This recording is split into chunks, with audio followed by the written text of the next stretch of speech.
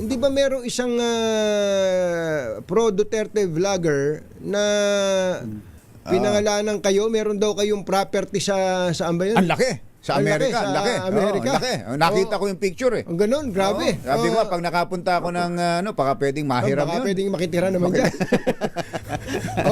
At ang matindi nun, Director, ang asawa daw nung Melvin Matibag na yon ay Ana Marie. Nako, Oo. problema yan, Oo. Director. Baka naman. Ano ba update doon?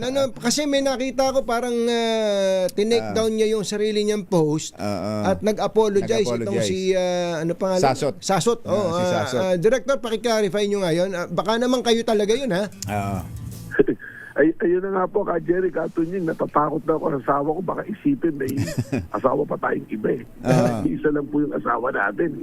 Congresswoman lamang po, Maria Remy Ann Lourdes po ang pangalan, hindi po Ana Maria. Hindi Ana Marie. Pero tama po yun na bukod sa tinake down po ni Sasot yung kanyang post, ay humingi pa po ng patawad sa kanyang pagkakamali. And I think this is the first time itong vlogger na to humingi ng tawad sa kanyang pagkakamali. Pero hindi naman po talaga yan voluntary na take down yun lang sapagkat inireklamo po namin yan sa atin. Sa Meta. For sharing a fake news.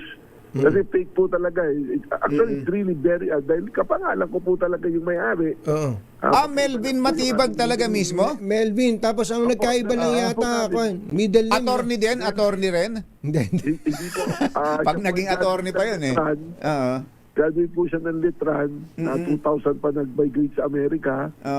At 2004, sila po mag-asawa. Nakabili ng property nun sa Stevenson Ranch. So, good po yun. Ang malaki po kasi pagkakamali dito, mayroong isang major network ngayon na pinick up yung post na yan ni Sasot at ginamit po na balita nila. Ayun.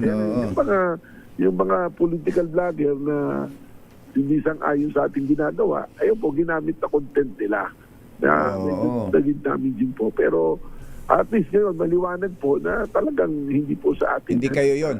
Tina-target lamang tayo politically po ng mga tao na hindi sang-ayon sa atin. Nagreklamo kayo sa Meta, pero hindi ba kayo gumawa ng legal action doon sa nag-post nito? Kasi pinulutan na kayo eh.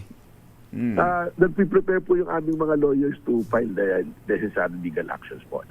So kahit na siya po ay nag-take down na at nag-apologize na, maghahain pa rin po kayo ng reklamo? Tama po yun. Kailangan po para po maitama po at turuan po ng leksyon yung mga gumagawa po ng ganyan. Pero kakaiba, no? Antindi rin na what a coincidence. What a coincidence. Pero yung Melvin Matibag, tas ang asawa tapos Ana Marie. Pero buti na lang at kinlaro nyo na hindi Ana Marie ang pangalan mo.